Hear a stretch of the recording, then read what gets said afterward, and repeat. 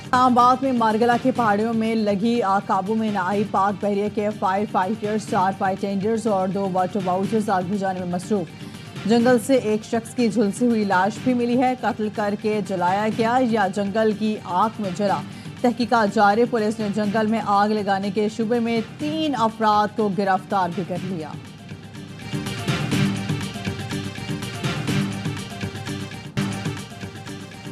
بانی P T I کے account سے ریاست مخالف ویڈیو کس نے اپلوڈ کی؟ ایف آئی اے کی ٹیم تحقیقات کرنے اڈیالہ جیل پہنچ گئی۔ بانی پی ٹی آئی کا ملنے سے انکار، اکیلے کوئی بھی جواب دینے سے منع کر دیا، کہا کسی بھی سوال کا جواب وکلا کی موجودگی میں دوں گا۔ ایف آئی اے ٹیم نے بانی پی ٹی آئی کا موقف تحریری طور پر حاصل کر لیا۔ پی ٹی آئی رہنما علی محمد خان کی وضاحت، کہا بانی پی ٹی آئی کو شیخ مجیب والی ویڈیو کا علم ہی نہیں، اب ان کے 100% علم میں آئے بغیر ان کی کوئی چیز ٹویٹ نہیں ہوگی، ایک غلط فہمی ہو گئی، اب ایسا نہیں ہوگا۔ علی خان بولی، بانی پی ٹی آئی پر ایک اور مقدمہ بنانے کی کوشش ہو رہی ہے۔ بانی پی ٹی آئی پر مقدمات ختم ہو چکے تھے تو نیا ڈرامہ شروع ہو گیا تاکہ بھائی جیل سے باہر نہ آ سکے، اب برداشت نہیں کریں گے، اڈیالہ جیل کے باہر بیٹھ جائیں گے۔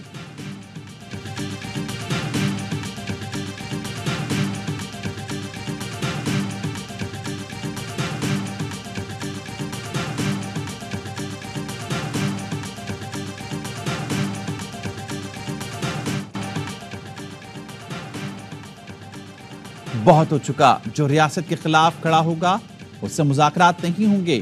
نائب وزیر اعظم اسحاق ڈار نے واضح کر دیا، کہا ثانیہ 9 مئی ریاست کے خلاف تھا، ملوث عناصر کے لیے کوئی رعایت مناسب نہیں۔ پارلیمنٹ کے باہر غیر رسمی گفتگو کرتے ہوئے کہا، پاکستان کو ٹیک آف کرنے کے دوران کتنی بار گرانا ہے، جی ایچ کیو، جناح ہاؤس اور تنصیبات پر حملہ کرنے پر کوئی معافی نہیں دے سکتا۔ فارمیشن کمانڈرز کانفرنس میں جس موقف کا اظہار کیا وہ ہر پاکستانی کا موقف ہے۔ جسٹس اطہر من اللہ کے ریمارکس پر تبصرے سے گریز، سوال کے جواب میں کہا جسٹس اطہر نے وزیراعظم کو جواب دیا ہے، اس پر وزیراعظم سے پوچھیں۔ سی پیک اور سیکیورٹی کے ایشوز موجود ہیں، وزیراعظم کے دورہ چین میں بھی اس حوالے سے بات ہوگی۔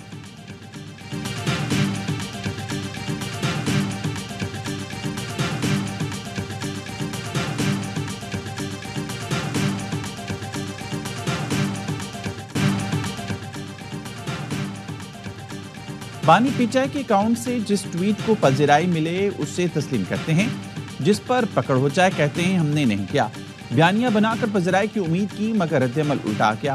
وفاق کے وزیر اطلاعات عطا تارڑ کہتے ہیں قول و فعل میں تضاد اور عادی چیزوں کو جھٹلانا شروع سے پی ٹی آئی کی پالیسی ہے۔ آدھی P T I us tweet کی ذمہ داری لے رہی ہے، آدھے کہہ رہی ہیں جس نے ٹویٹ کیا وہ شخص پاکستان میں نہیں، یہ ذمہ داری لیں یا انکار کریں، تحقیقات تو پھر بھی ہوگی۔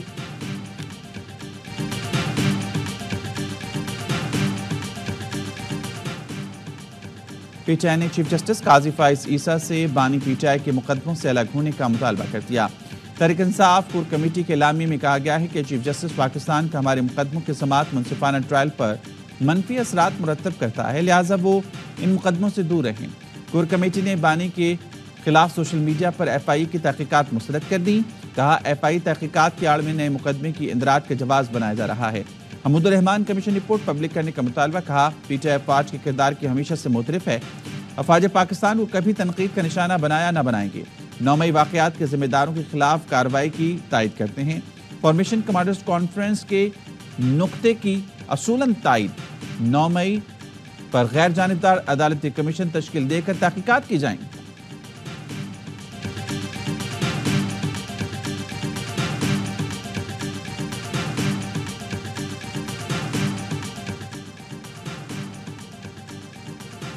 بانی پی ٹی آئی نے پیغام دیا، جتنا ظلم کریں آواز اٹھاتا رہوں گا، کسی سے ڈیل کروں گا نہ ڈیل کے نتیجے میں باہر آؤں گا۔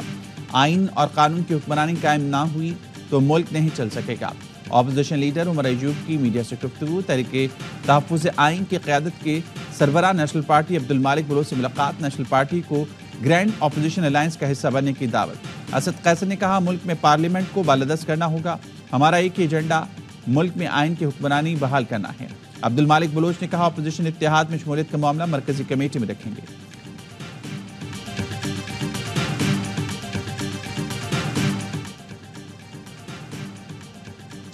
وزیراعظم شہباز شریف 4 سے 8 جون تک چین کا دورہ کریں گے۔ شہباز شریف کی چینی صدر اور وزیراعظم سمیت دیگر اہم رہنماؤں سے ملاقات کریں گے۔ جس میں باہمی دلچسپی کے امور پر تبادلہ خیال اور دونوں ملکوں کے درمیان مختلف معاہدوں پر دستخط ہوں گے۔ وزیراعظم بیجنگ کے علاوہ چینی صوبوں گوانگ ڈونگ، شوانزے کا بھی دورہ کریں گے۔ چینی وزارت خارجہ نے اپنے بیان میں کہا، پاک چین دوستی کو ماؤنٹ تائے سے تشبیہ دی۔ کہا، پاکستان اور چین اہم شراکت دار اور مضبوط دوست ہیں۔ وزیراعظم شہباز شریف چینی قیادت کی دعوت پر دورہ کر رہے ہیں۔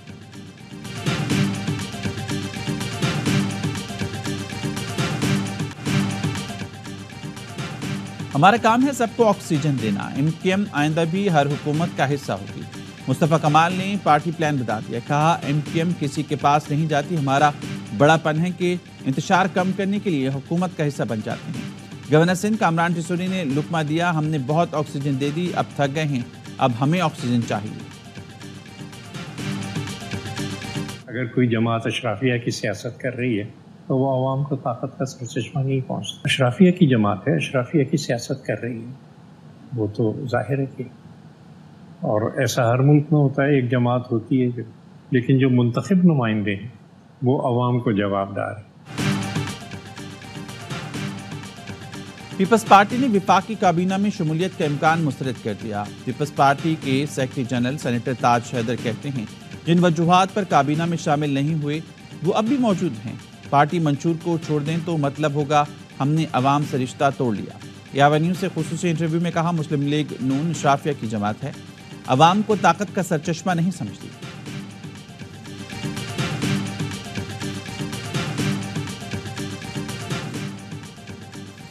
حیدرآباد دریا سندھ میں 2 بچے ڈوب گئے، شہری انتظامیہ کی ایک اور لاپرواہی سامنے آ گئی۔ بچوں کی لاشیں سول اسپتال پہنچانے کے لیے ایمبولینس تک نہ ملی۔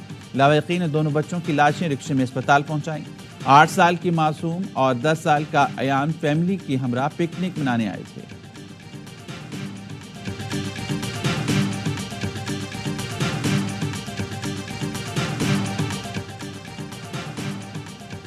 اسلام آباد ہائی کورٹ میں احمد فرحاد بازیابی کیس کی سماعت۔ ایڈیشنل اٹارنی جنرل نے بتایا، احمد فرحاد پر آزاد کشمیر میں 2 مقدمات ہیں اور وہ 2 جون تک جسمانی ریمانڈ پر ہے۔ جسٹس محسن اختر کیانی نے کہا، جس دن احمد فرحاد عدالت میں آئے گا ہم پٹیشن نمٹا دیں گے۔ عدالت نے درخواست نمٹانے کی استدعا مسترد کر دی، سماعت 7 جون تک ملتوی۔ ریسنٹلی ایک واقعہ ہوا، جس طرح آپ کو پتہ ہے گوادر میں ہمارے 7 مزدور مارے گئے۔ گوادر میں جو مزدور قتل ہوئے تھے ان کے قاتلوں کو ہم نے دو کو پکڑ لیا ہے۔ گوادر میں 7 مزدوروں کے قتل میں ملوث 2 دہشت گرد گرفتار۔ وزیر داخلہ بلوچستان ضیالانگو کہتے ہیں، ملزمان نے بتایا ہمیں حکم تھا پنجاب سے جو بھی آئے اس کو مارنا ہے۔ غریب مزدوروں کے لیے پروپیگنڈا کیا گیا کہ یہ انٹیلیجنس کے لوگ تھے۔ DIG CTD اعتزاز گرایا نے بتایا دونوں دہشت گردوں کا تعلق العدم BLA سے ہے۔ دعویٰ کیا نوشکی واقعے میں ملوث دہشت گرد گروپ کی بھی شناخت ہو گئی ہے۔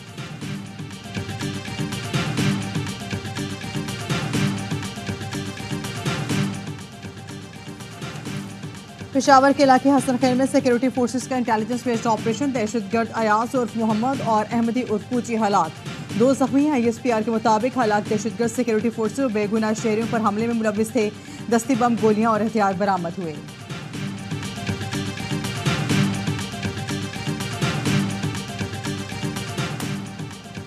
دہشت گردوں کی جانب سے افغان سرزمین کا پاکستان کے خلاف استعمال، ترجمان دفتر خارجہ کہنے ہیں گزشتہ روز سیکرٹری داخلہ اور افغان ڈپٹی سیکرٹری داخلہ میں بات چیت ہوئی۔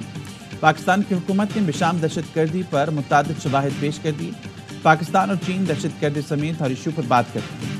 پاک چین تعاون کو نقصان پہنچانے کی کوئی کوشش کامیاب نہیں ہوگی۔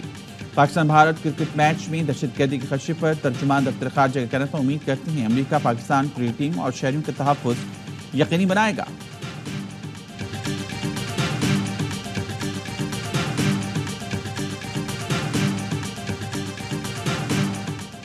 آذربائیجان کے وزیر خارجہ جہون بہراموف کی GHQ آمد، army chief general Asim Munir سے ملاقات، باہمی دلچسپی کے امور پر تبادلہ خیال۔ آرمی چیف نے آذربائیجان کو دفاع سلامتی کے شعبے میں جامع تعاون کا یقین دلایا۔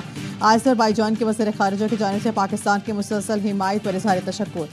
آذربائیجان کے وزیر خارجہ نے علاقائی امن و استحکام کے لیے پاکستان کے کردار کو سراہا۔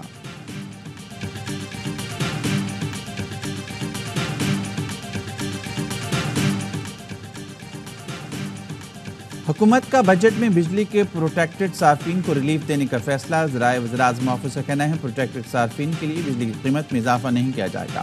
200 یونٹ استعمال کرنے والے صارفین کے لیے نیا ریلیف پیکج لایا جائے گا.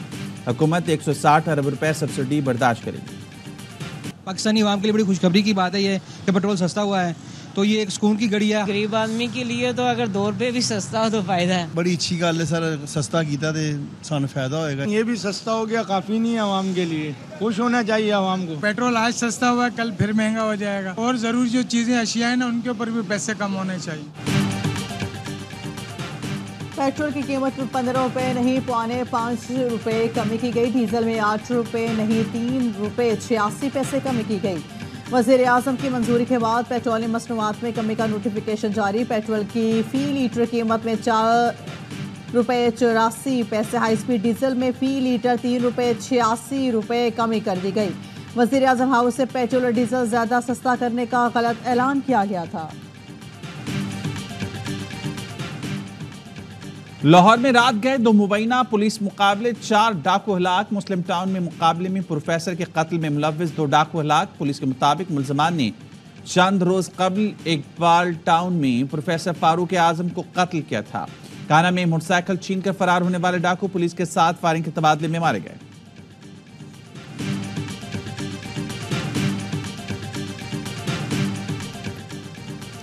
کراچی کے علاقے پٹیل پاڑا میں فائرنگ کا زخمی پولیس اہلکار دوران علاج دم توڑ گیا. فائرنگ کے واقعے میں اہلکار سمیت 4 افراد زخمی ہوئے تھے. پولیس کے مطابق ابتدائی طور پر فائرنگ کا واقعہ ذاتی دشمنی کا شاخسانہ لگتا ہے. کراچی میں جامع کلاک مارکیٹ کے علاقہ میدان جنگ بن گیا. کسٹمز اور رینجرز کے چھاپے پر دکاندار مشتعل, کسٹم اور رینجرز اہلکاروں پر پتھراؤ. علاقہ گولیوں کی تڑتڑاہٹ سے گونج اٹھا. مشتعل دکانداروں نے سڑک پر ٹائروں کو آگ لگا دی.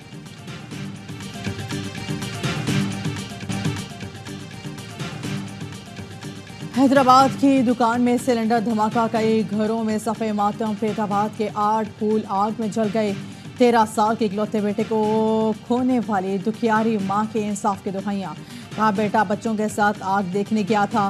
بہن نے کہا جب میرا بھائی دم توڑ گیا تھا اس کے بعد فائر بریگیڈ پہنچی.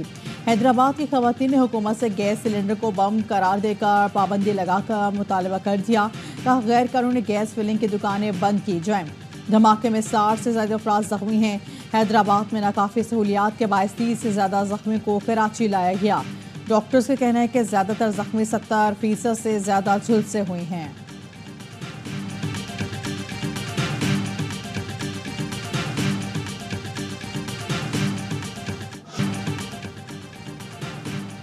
چنگچی سے نکلنے والی چنگاری نے آگ لگائی. عینی شاہدین کا کہنا ہے لوگ دکان کے باہر آگ دیکھنے جمع تھے کہ اچانک دھماکہ ہو گیا. زوردار دھماکے کی آواز سے پورا علاقہ لرز اٹھا, لیکن انتظامیہ کے کانوں تک آواز نہ پہنچی. فائر بریگیڈ پہنچی, نہ لوگوں کو اسپتال پہنچانے کے لیے بروقت ایمبولینس آئی. آگ کی جھلسے افراد گلی میں پڑے تڑپتے رہے. جہاں بھاگ بچوں کی نماز جنازہ ادا کر دی گئی. میئر حیدرآباد کاشف شورو نماز جنازہ میں شرکت کے لیے پہنچے تو غصے میں بکھرے لوگوں نے انہیں گھیر لیا. سندھ حکومت اور میئر کے خلاف نعرے لگائے. پولیس نے میئر حیدرآباد کاشف شورو کو ہجوم سے نکالا. ضلع انتظامیہ کا ایکشن, 3 دکانداروں سمیت 6 افراد گرفتار. LPG سلنڈرز کی 15 غیر قانونی دکانیں سیل کر دی گئیں. سلنڈر دھماکے کے بعد سے علاقے کی بجلی بند.